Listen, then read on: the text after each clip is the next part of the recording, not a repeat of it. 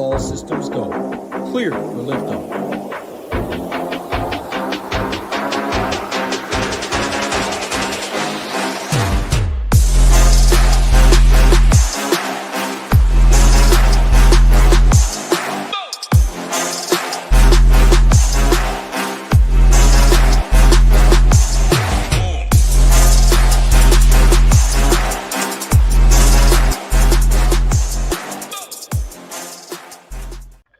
I hope you guys are ready to talk injury news because that is what we got. What's going on, everyone? My name is Bill. Put a dollar in front of it. You'll find me on Discord and Twitter. And welcome to the Week 7 College Football Breakdown Show here at SHIPIT Nation, the best in all of daily fantasy sports content. We still do have the SHIPIT games going on. We have 19 golden SHIPITs given out, but there are still plenty more to give. And again, you can get that with any all access or monthly football or, like I said, all access package. And we also have, if you want just something for free to get a little bit of a sneak peek, we got the Nation News. It's a weekly newsletter sent out. You just come to the website, enter your email here, and you'll be all set with that. And again, still, we have let's see if I can point the right direction this week. Up there, the 5 days for $19. You're not going to find a better deal to test something out. You just go pick whatever monthly you want and click on it, enter the code SHIP19, and you will have that 5-day access for $19. And for $19, if you're going to do it, Thursday or Friday is the best day because we have, not only do we have the full weekend slate of football, we have MMA fights. I believe we have Tuesday college football starting next week as well. We had Wednesday this week with a couple of Conference USA games, but that'll get you, if you sign up Friday, Saturday, Sunday, Monday, Tuesday. And like I said, we're filled with injury news this Saturday. So if nothing else, it's worth the $19 just to get in the Discord so we can follow all the injury news and have the most up-to-date information. And we'll have the pivots. I'll talk a little bit about some of the plays if we do have some injury news come to fruition. But that up to the minute news that we get, being a part of a Discord is such a big deal for a sport like college football. And if that's not enough, just look at the winners. We had Eden Cohen with 100K in NFL, the second 100K winner in a row, 2 weeks in a row. Rio with a near takedown, hebrewcheetah on a showdown slate. Hamhock, man, on our college football staff, he nearly took down the 555 last week. And if you look down a little bit lower, another college football world championship ticket. I believe it's his third. 3 already. We're only at week 7. And then Donnie, we're just going to call him Donnie this week. I'm not even going to try to say it, but another takedown 2 weeks in a row for him in college football too. So as you can see, the flag just flying high all across the DFS platforms with that SHIPIT Nation flag. But let's get to what you are here to talk about. We have a 12-game slate, starting off with Alabama at Missouri. Alabama is a 3-point favorite, and it'll be interesting to see what we have here. Like Alabama, I think, can go in and beat the brakes off of them. If they start off slow, Missouri could get ahead. This could end up being a really good real-life football game. And now Mizzou's defense does grade out pretty well on paper, but they've also only played 2 Power 4 schools. So it's a little bit skewed. I don't know how much you can read into that. Ty Simpson might be the best quarterback in the SEC. Nay, the country? I don't know. Nico might have something to say about that after last week. But Bama needed him at the top of his game to avoid a letdown against Vanderbilt. They're going to need him at the top of his game to avoid a letdown here against Missouri. And, he's in a good spot. He's just not in the 7K range anymore. Can he get to 30? Yes. But there are definitely other 9K QBs who we'll talk about coming up later in the show that might pique your interest just a little bit more. But Ty Simpson's not a bad play, even at 9K. Jam Miller, I'm actually pretty surprised they haven't priced him up yet. He's still at 7,200. And he averaged more than 6 yards a carry last week, and he had 22 carries. So it does seem like his workload is back. And it's like they don't remember that he was hurt. It's not like he wasn't playing because he wasn't good. He wasn't playing because he was hurt. Now he's healthy. And the rest of this running back room with Miller back, I don't think he can get there. Riley doesn't eat enough to concern me with Jam Miller at all. And then like Daniel Hill's an afterthought. Dre Washington's an afterthought. Dick Young's an afterthought. They basically all disappeared. And I do think it's still a buy low spot for Jam Miller. So if Louisiana Lafayette can run for more than 5 yards to carry on Missouri, I think Jam Miller can get it done. You guys remember my rant about Jeremy Bernard being too cheap last week? He's $1,000 cheaper now. Again, matchup on paper, I get it's a little bit tougher environment, but Bernard and Williams might be the most matchup-proof duo. I mean, Jeremiah Smith and Carnell Tate, we'll talk about them later. Another one. But I think Bernard's just a better wide receiver than Ryan Williams right now. Now, Williams does have upside, but at $7,900, why not take the $2,000 discount and get you some Jeremy Berney on the Alabama side? But you can't forget about Isaiah Horton either. He's a little bit cheaper. He's got a score in 3 of the last 4 games, and he's averaging more than 4 catches a game in those 4 games. The rest of these guys are just kind of dart throws. On the Missouri side, I don't know how they did it, but this is going to be Missouri's 6th straight home game to start the season. So they've kind of lucked out with the way their schedules worked out. Bo Pribula, could he be this year's Diego Pavia to slay the giant Alabama Crimson Tide? I mean, he basically hasn't had a game in 3 weeks, unless you count a partial game against UMass, which I really don't. I do like him more if he's able to run a little bit, but at 7,100 at home, it's probably a good spot for him too. Ahmad Hardy, also in a good spot. I know it's Alabama, but good teams have run the ball very well against Alabama. Hardy's been a stud. 22 or more carries in every FBS game they played. And, I mean, we'll probably see some Jamal Roberts, but again, just kind of like the Jam Miller thing, it's not enough to concern me. It's just 8,300 is a tougher price to pay. But if anybody can get it done, Hardy is one of those guys that's in that conversation. And in the wide receiver room, Kevin Coleman is the guy for Mizzou in the passing game, but I do think Bama's slot coverage is a little bit better. It's been decent this year, and he's just not on the field as much as some of these other guys. Now, when he's on the field, he gets used, so the usage still provides some upside for Kevin Coleman. But I'm kind of liking this discount on Marquise Johnson and Joshua Manning. 3,200 for Manning, 4,700 for Johnson. And like I said, the slot coverage for Bama has been a little bit better than the wide coverage, so that's kind of how I'm playing it. Honestly, I might just go with the Marquise Johnson over 40.5 receiving yards if I can still get it. And I know this is a DFS show. It's props. I don't talk much bets, but look at me dropping a little bit of knowledge. Also, maybe don't trust my bets for that reason, but, if I'm right, I'm still going to take my victory lap next week. You better believe that. But these cheaper guys from Missouri, it's going to be a competitive game, so I don't mind a game stack here if you want to take a couple of these pass catchers with Pribula, without, run it back with Jam Miller. Jeremy Bernard's obviously in a great spot, like I said. So a decent game, good real-life football game. UCF at Cincinnati. I mean, what are we going to do with this quarterback situation? Taven Jackson and Ja'Cory Brown are both questionable. Now, Scott Frost did say he hopes to have Brown back. It sounds like he's more on track to play. But honestly, a road matchup. The team total is kind of what's drawing me in a little bit. It's still over 20 if they can stay competitive. But if it's Cam Fancher, I just don't want anything to do with it, even though since he's passed, he hasn't been great. Cam Fancher hasn't been great either. The run defense for Cincy is better, but the last 2 games have been a little bit more down. So Miles Montgomery is in a decent spot at 6,200. 22 carries last game. He only had 10 the game before, but he averaged almost 12 yards a pop. So the upside's there. And he also catches a few passes out of the backfield. So I don't mind Montgomery. Again, backup running back situation. Nixon mixes in, but not quite enough for me to love him. Not quite enough for me to not like Montgomery. And in this pass catching room, Dwayne Thomas is really the only guy I'm looking at. They're all in the 3K range. But Thomas out of the slot is still in a decent spot.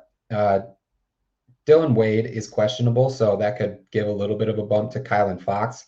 One thing I am monitoring, Wade and Charles started over Marcus Burke last week, and he got some good run. Now, last time I checked, Charles had the Q tag on DraftKings, but he's not listed on the Big 12 report, so I'm not worried about him not playing. And then it's a crapshoot. Like, it's just a crapshoot with really all these guys. Like, Chris Dahmer had his role increase last game, and it wasn't anything significant, but it just tells me that there's going to be a mix in this wide receiver room, and it's going to be tough to play these guys even in this cheap at this cheap price tag.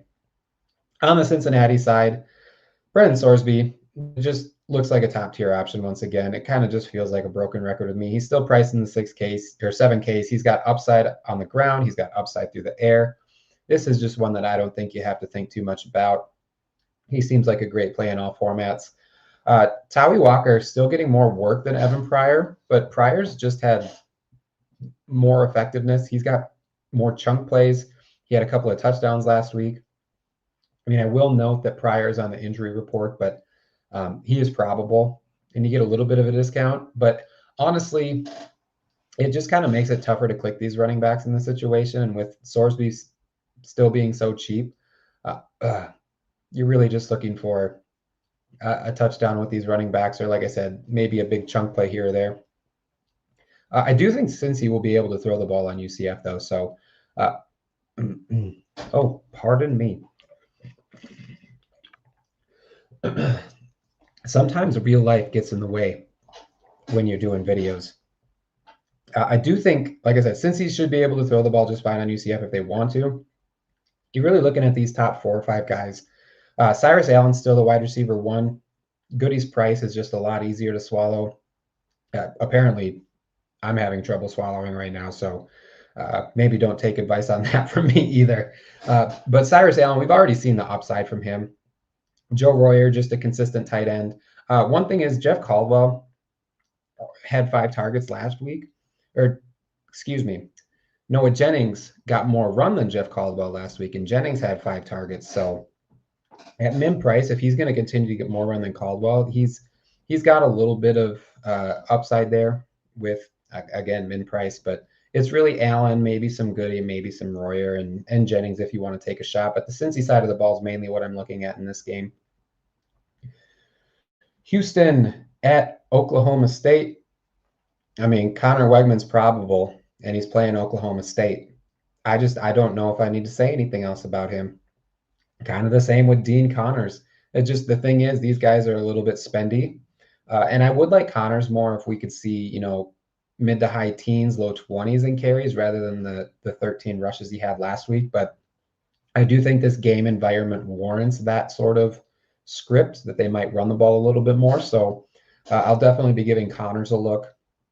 In this pass catching room, Tanner Koziel is getting the targets, but that just doesn't always turn into points. And the production, other than like outside of the point per reception, just isn't always there for somebody like Koziel. Even though Amari Thomas and Steven Johnson have fewer targets and receptions, they have big play upside. So if you kind of think all of that balances out, seeing that price tag on Amari Thomas at 3,200 probably makes him the play from this pass catcher room. But you could really take a look at all 3. The usage is funneled to those 3 guys when they do throw the ball. So I wouldn't say no to any of the 3. Now to the Oklahoma State side. This has been just one of the top storylines in college football, even though they're a bad football team. Like, these quarterbacks, like Zane Flores is doubtful. Haas Haney is already out. So are we going to get Banks Bowen? Maybe. But what entices me more is that Sam Jackson might be your starting quarterback. So we can actually play 3 quarterbacks on this slate if we want to. And he definitely has some upside. Being a wide receiver, he is $1,500 cheaper than what a typical mid-price quarterback is. So far, he's 7 for 11 on the year for 77 yards and a touchdown passing. Plus, he's got some rushing upside. I think he's definitely worth a look, especially if we get news that he's starting. Doug Meacham, the current interim head coach for Oklahoma State, actually recruited Sam Jackson as a quarterback to TCU. So he knows about Sam Jackson's talent at the quarterback position and saw something in him, obviously. So I would not be at all surprised to see him start and get a majority of the playing time. Like I said, the biggest issue is if we do see Banks Bowen get the start and or get more reps. Bowen's dad is the D coordinator right now in the interim. So there's a connection there too. Fields, Hicks, and Howland all saw reps against Arizona. They all kind of sucked, but Fields was the guy getting the most work, and he has the most pass catching upside. So in the 4Ks, he's not a bad play. The one thing is Freddie Brock could still mix in. He's not on the report. I know he didn't get the work last week, but at any point we could see a rotation shift in this running back room. Wide receiver, we already talked about Jackson. Davis and Freeman, maybe. They've been a little bit more consistent. And there's always the wrench of a new quarterback spreading the ball around a little bit differently. But with all of those things said, I think it just points to outside of Jackson avoiding this wide receiver room. And again, even Jackson's going to come with some news that we're going to have to wait and see if he's going to be the guy at quarterback. Pittsburgh at Florida State. Pittsburgh's a 10-point underdog, but they still have a projected team total over 20. Mason Heinchel, they let the kid play.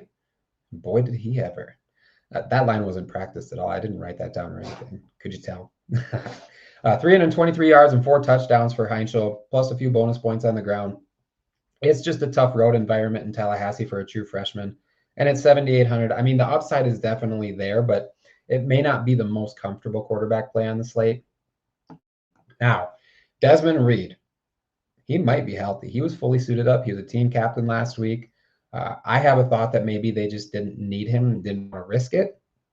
I mean, there's still a chance he's hurt. He's listed as questionable on the report. But even if he doesn't get it done on the ground against Florida State, he's got pass catching upside. And honestly, in this type of matchup, if they need more dump offs, Reed is going to be one of those guys getting the passes. So he's got the pass catching upside. Like I said, there still is some risk with his health. So it could end up being a Goff and Turner game. But I'd be lying if I told you I wasn't intrigued seeing Desmond Reed at 5K. Again, projected to score about 24 points. So Reed, if healthy, is probably going to be a big part of that.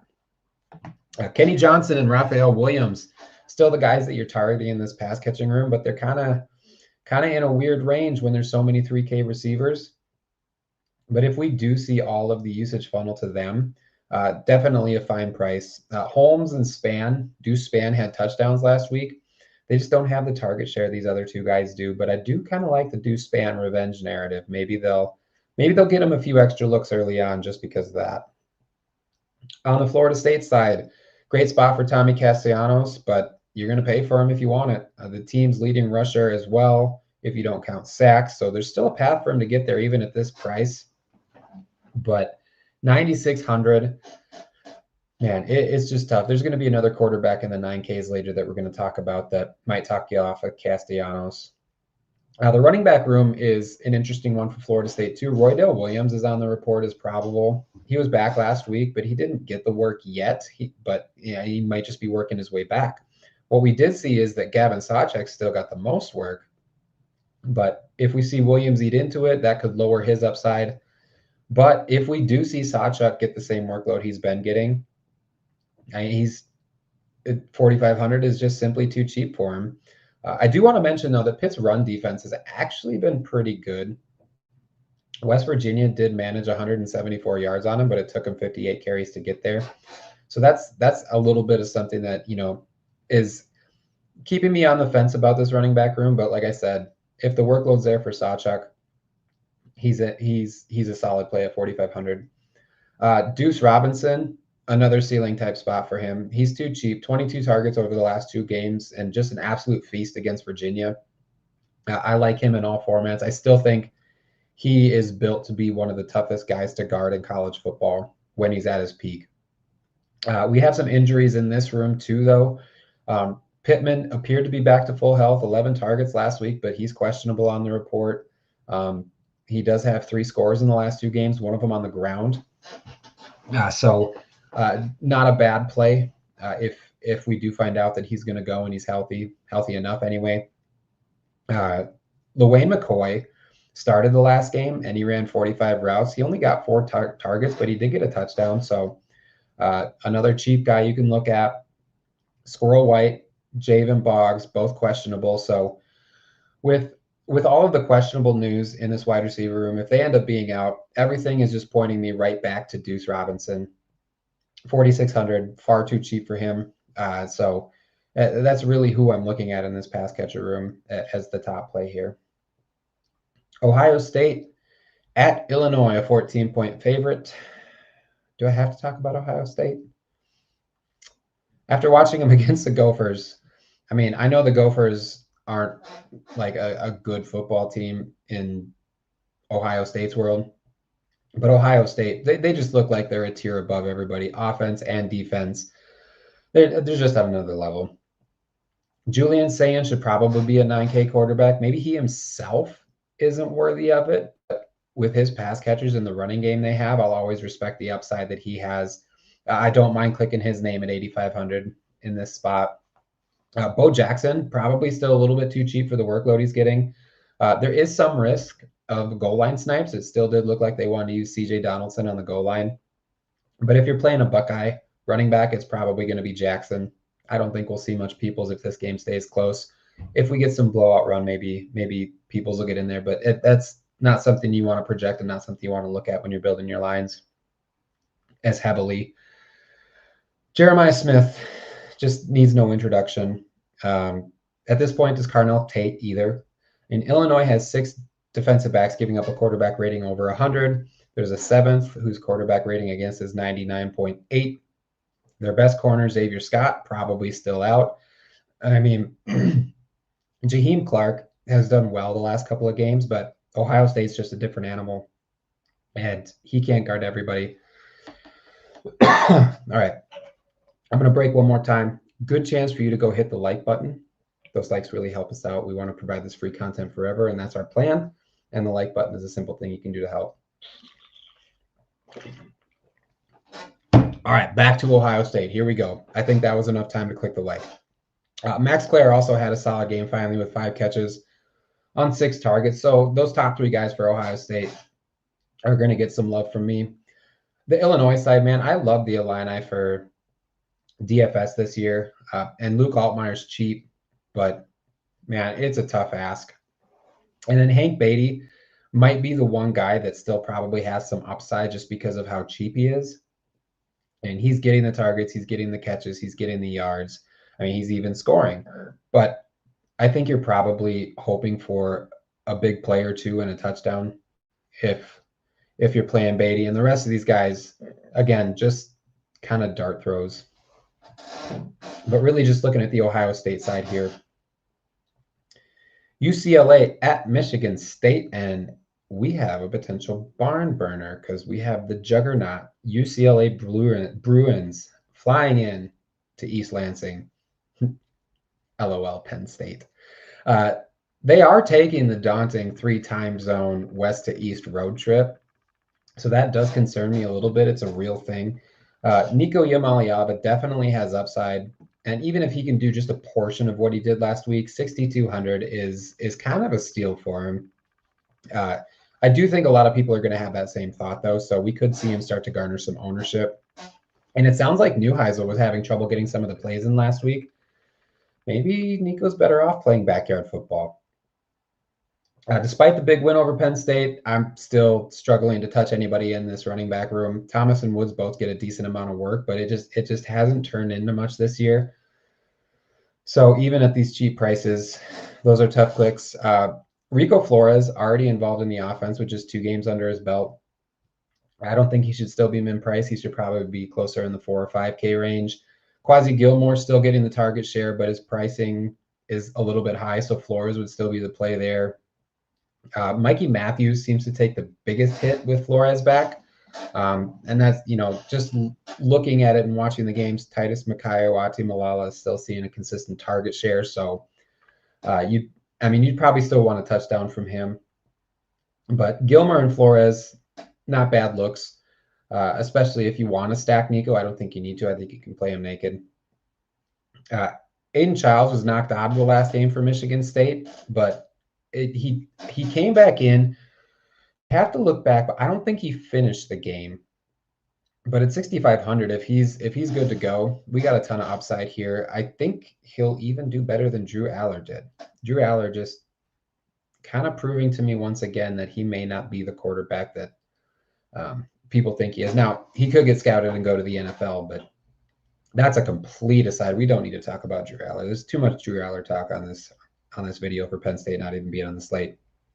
Aiden Childs, though, solid play at 6,500. A lot of upside here. Even more upside in Mekhi Frazier. His carries have increased game to game in the last 3. He had 4 catches on 5 targets last week, so we know he can catch the ball, and that's worth points in DFS. So at 4,800 for a guy who seems to be the clear number 1 running back, it's just too cheap, and it's a solid price play. Nick Marsh in this pass catching room seems to be like he's going to be the safer, more consistent option, but Amari Kelly does have some big game upside to him. Marsh's price is getting up there in terms of this slate as a whole with the wide receivers. Kelly's still a fair enough price. And then, Jack Veiling has a touchdown in 2 straight games. So at 3,100, I don't mind taking a peek at him either. Oklahoma at Texas. This line has continued to move toward Oklahoma. And I think it's because John Mateer told someone at Chipotle that he was going to play.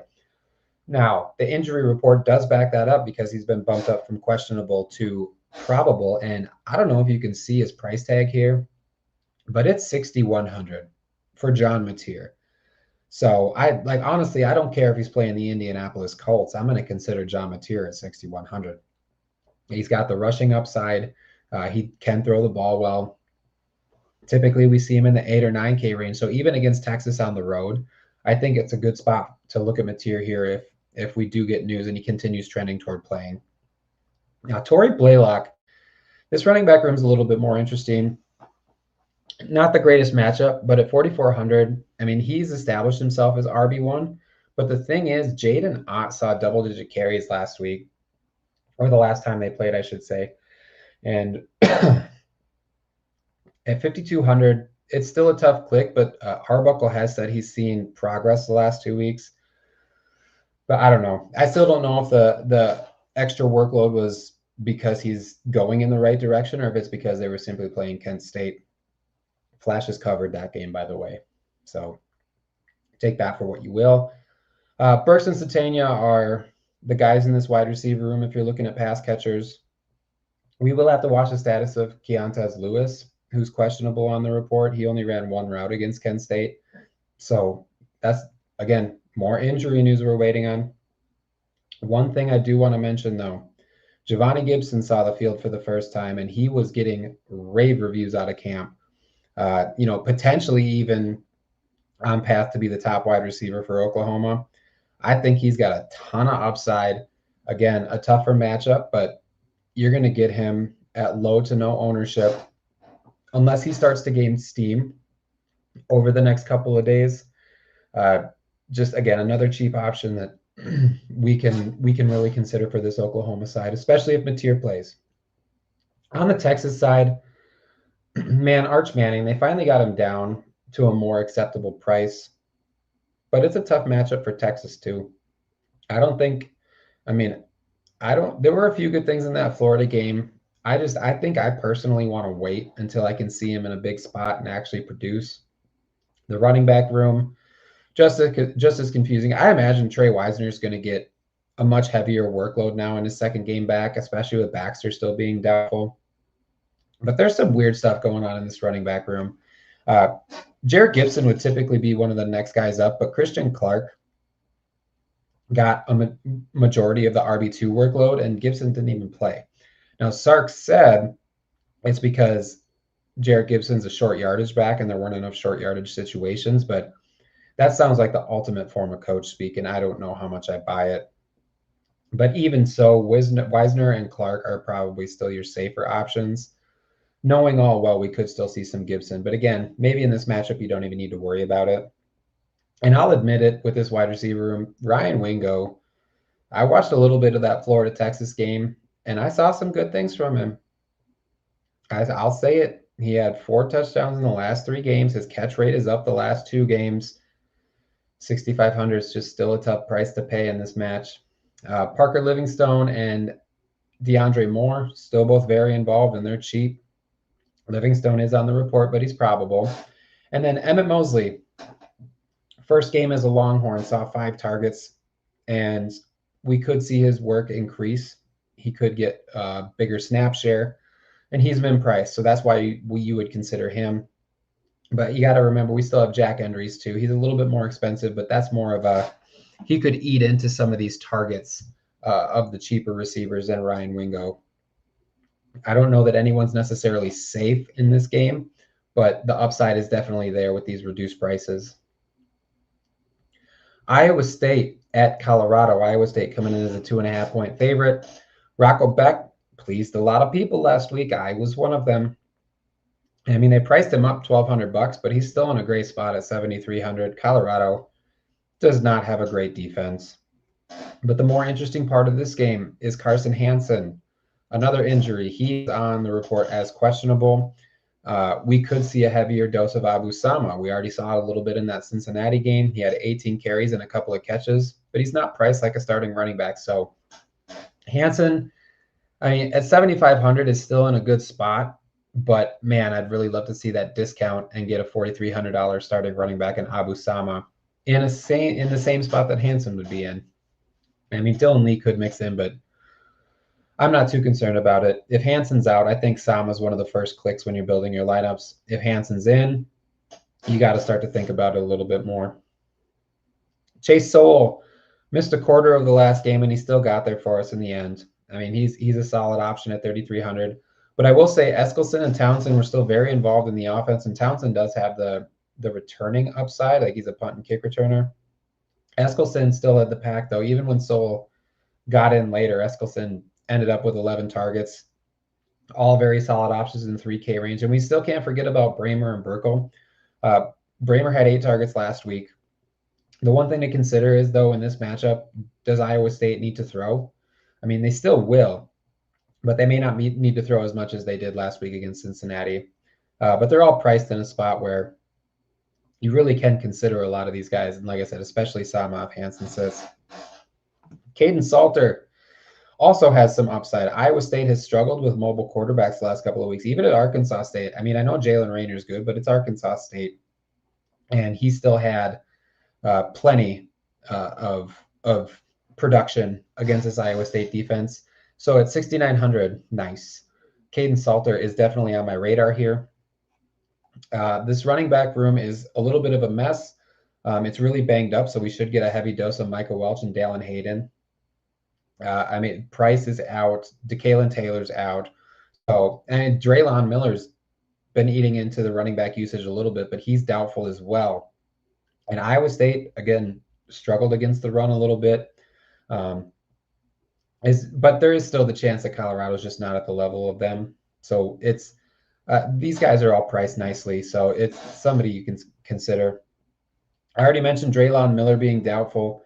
That opens up for Omarion Miller and Joseph Williams and Sincere Brown. Miller and Williams are just priced in that range where there's so many better clicks on this slate. And Sincere Brown, like, he saw the field a lot. The biggest bump probably goes to Quentin Gibson with no Draylon Miller, but I don't know if it's enough to get you there, even at the cheap price. And yes, Colorado is a little bit more. I mean, they're 60-40 pass to run, which has to be more than last year. So there is a little bit of hope, but I think you're focusing on the ground game a little bit more with Salter and his rushing upside. But again, if this game does stay competitive, not a bad stack. TCU at Kansas State, probably a better stack. It's also competitive, and it's projected to be higher scoring. For TCU, Ryan Hughes, their left tackle, is out for the season. Now, I believe the next man up will be Quentin Harris. Based on what we've seen so far, the run game shouldn't take much of a hit, but Harris does not grade out as well as a pass blocker. Again, I don't know that it matters a whole lot, just especially because it's such a small sample size. But either way, Josh Hoover is a fair price at 8,200. He's got 300-yard passing upside, and we just saw Baylor throw for 345 against Kansas State. Now, I know Baylor throws a ton, but Josh Hoover is definitely in that conversation as well. So I don't mind that at 8,200. Kavorian Barnes was back last week, and he had a full 16-carry workload, 3 targets. He was ineffective. So maybe if we see his effectiveness increase, we could get a little bit of Barnes here at 4,500. Battle and Payne, that basically split the carries behind Barnes. I don't know that I like either of them, but again, that's just the risk with Barnes that they could eat into his workload. The wide receiver room, I mean, take your pick. If Hoover's going to get there, one of these guys is probably going to get there with him. I mean, Dwyer had the big game week 1, but McAllister and Manjack both have 30-plus targets and more than 300 yards as well, despite running fewer routes than Dwyer. DJ Rogers even eating into the target share a little bit more lately. Like I said, you're just gonna have to pick your guy here and hope he's the one that gets there with Hoover if you're stacking this TCU side. On the Kansas State side, Avery Johnson's been solid, had a huge game against Baylor. The rushing upside is still there. TCU has been gettable through the air a little bit more than on the ground. So there's some upside, but 9,200, man, it's just a tough click. Again, look at the slate as a whole. And I don't know if you want a $9,200 Avery Johnson, unless you think that he's going to continue to find the end zone with his legs. So speaking of running, what do we do with Dylan Edwards? Well, guess what? It doesn't matter. He's out. Good news for us, and great news for Joe Jackson, another running back who's priced in the 4Ks that should be RB1. And at this price, he's just in a prime spot. So Jackson is probably going to get a lot of clicks. He's probably going to garner some ownership. We will probably see some min-price Devon Rice, but again, I feel like a broken record at this point. Unless he gets a super hot hand or busts a big play, I don't think you're looking much there. Jackson's definitely the click in the running back room. Jace Brown's still the top target option. You just have to pay if you want to get to him. Jerron Tibbs had 10 targets in each of the last 2 games. But I will say, if Vernon Glover's going to be on him, that does reduce his upside a little bit. He plays the wide corner, which is where Tibbs plays. I don't know if he'll shadow or not. But if he does, you may want to look at Jaron Bradley if we think he's healthy. If we think he's not, Isaac Koch will fill in nicely because that would mean Channing Canada is going to guard those 2 guys. And the reason I bring it up is because he has 129.6 QB rating against and a 67% catch rate allowed. So I do think that at those prices, Bradley and Koch hold some upside, and Oakley, the tight end, again, just somebody consistent who's going to be on the field. But this is a very stackable game in a few different ways, especially with these cheap running backs. Virginia Tech at Georgia. Oh, I do want to mention too, Joseph Manjack's underpriced. Virginia Tech at Georgia Tech, the battle of the Techs, and Virginia Tech is a 14-point dog traveling to Georgia. But one thing I'll say about Georgia Tech is it seems like whenever they're a big favorite, they let people down and they play better as underdogs. I don't know what it is. It's a weird stat. They even brought it up on the Cover 3 podcast this week. Again, it's all anecdotal, but there is some history to prove that Georgia Tech does let down a little bit sometimes in these spots. On the Virginia Tech side, Kyron Jones is just kind of an enigma. He's one of my least favorite players to project. I don't get him right very often. And he's been good against bad teams. He hasn't had much success against Power 4 schools, but outside of Gardner Webb, rushing quarterbacks have had some solid games against the Yellow Jackets, and Jones is the team's leading rusher. So that's something you got to think about. But also, he might just be the leading rusher because of the injuries in the running back room. At 7,500, I'd probably reserve him for GPPs. But again, I feel like I never get him right, but I feel like he does still hold some upside here. And like I said, injuries in the running back room. We saw Terrion Stewart take control in that NC State game, but his lingering and injuries have landed him on the report once again. He's questionable. If he can go, the upside is there at 4,600. Marcellus Hawkins would be in for a bigger workload at even cheaper. I just don't think he's as good as Stewart. And PJ Priolo has some pass catching upside, but honestly, most of his production came against Wofford. So I don't know how much you can read into that. It'd probably be Hawkins, maybe the only guy I would click. And then this wide receiver room, it's just been pretty inept. Green and Green have both been getting a decent target share, but they just really haven't produced with it. And then Takai Heath, with Selden getting banged up, did run a considerable amount of more routes from the slot. And Selden's questionable again on the report. And, Heath's numbers overall don't look as good, but he also missed a couple of games. But on paper, these guys are really all just cheap dart throws. The Georgia Tech side is one I'm more interested in. Haynes King is not only QB1, he's RB1. He has 21 more attempts and 99 more yards than the next closest runner. And he's running something like 17, 18 times a game. So at this point, the question is just if his body can hold up. But maybe my favorite play in the 9K range for quarterbacks. It's a great matchup even at this price. Jamal Haynes is the aforementioned 21 attempts and 99 yards behind King. 6,800 just kind of seems like he's priced in that weird range where there's better options above him, there's better options below him. But on this Tech side of the ball, Georgia Tech side of the ball, the Haynes stack might be the best one to go with if you're going to play this team. If we can see Eric Rivers get double-digit targets again, I do like this spot for him at 4,200, especially since he caught 8 of them against Wake.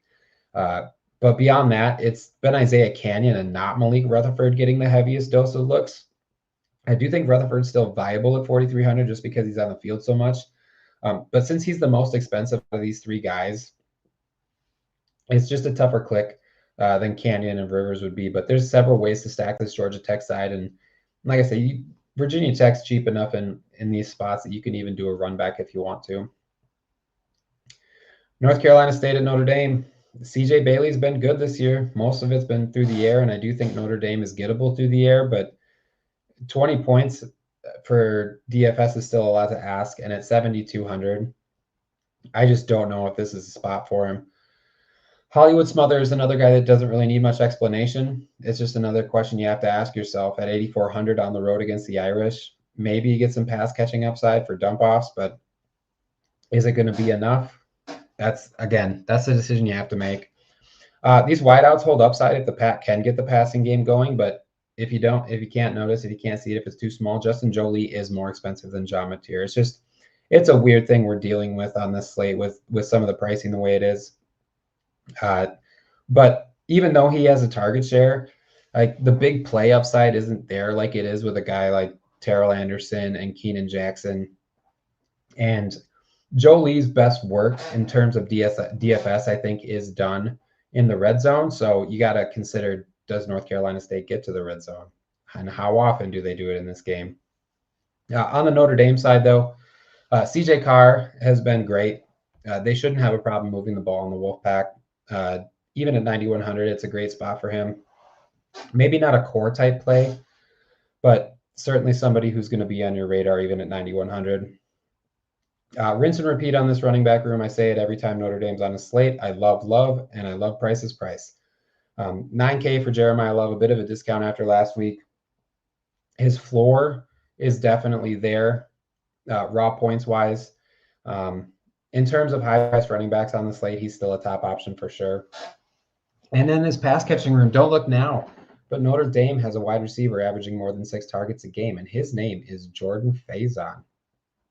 But so like at this price, 4,500, he could have a below average game and still get there. Malachi Fields, the clear pivot off of him if you want to play somebody else from this pass catching room. $100 more, which again isn't much, but people are going to see those price tags and say, why don't I save the $100 and just play Faison? And then Will Pauling, he's seen an increase in routes the last couple of games, and he's scored them both. And at this price, 3,200, 30-yard touchdown catch gets you over 3x on just one play alone. So really looking at the Notre Dame side of the ball on this one. And moving on. Indiana at Oregon. Indiana, maybe this is where they turn back into a pumpkin. By far the toughest matchup of the year, and it's on the road in a tough environment.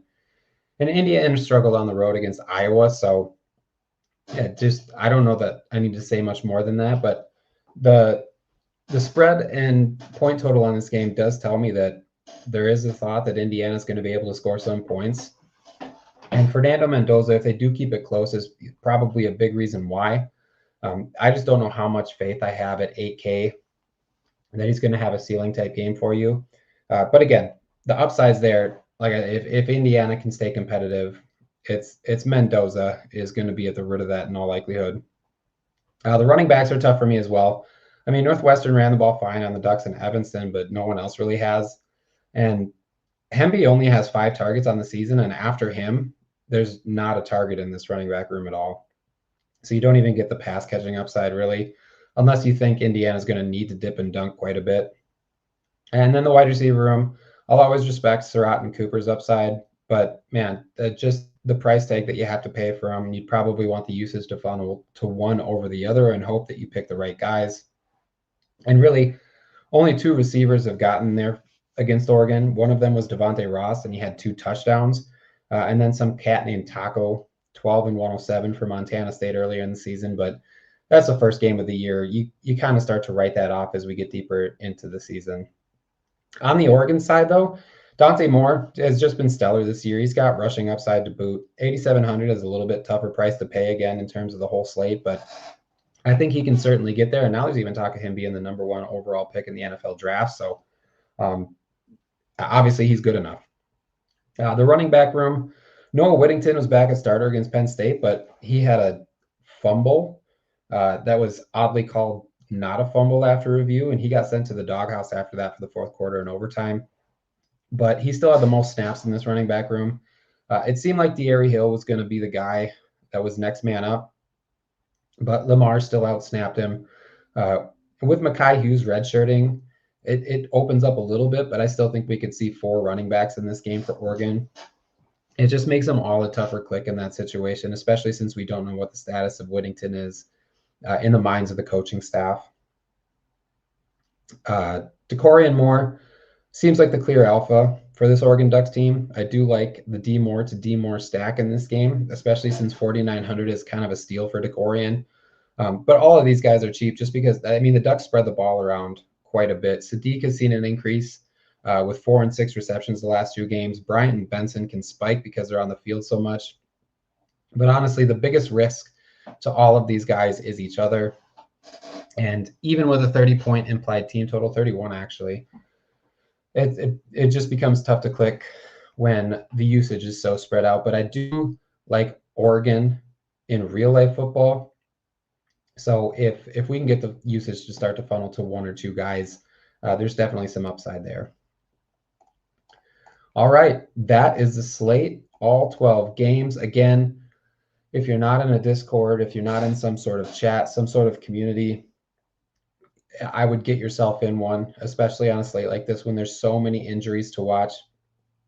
And of course, I'm going to always suggest SHIPIT Nation, but that 5 days for $19 deal is going to be tough to beat anywhere in the industry at any time. So we're gonna continue to push that. We're going to keep it open for you. Again, such a great weekend to do it, especially with football happening every day during that 5 days between college and NFL. And I do want to take a moment before we get to the rule, just to thank all of you who watch. James, Degenerate75, the big guy, when I took over doing these videos for him, he would always send me a message if the views got close to 800, 900, even touching 1,000 a couple of times last year. This year we have consistently been in the 1,100, 1,200 range of views. So every time I see those numbers, I just think about the messages he would send me of encouragement. And I always keep the big guy close to my heart, but these are just little subtle reminders of the influence he's had on me, the product that he helped build, and you all watching. It means the world to me to see those views consistent. And I know it just feels like something he would be proud of, which is one of the big reasons I still end these streams with his rule number 1. College football is fun. Enjoy the sweat. Enjoy building your lineups. Be thankful that we have college football to watch on TV and that we can play college football DFS. But most of all, never take a day for granted. We don't know how many we're going to get. It's always too few. That's going to do it for this week's college football show. I will see you in the streets this weekend. Let's go out there and ship one for the big guy.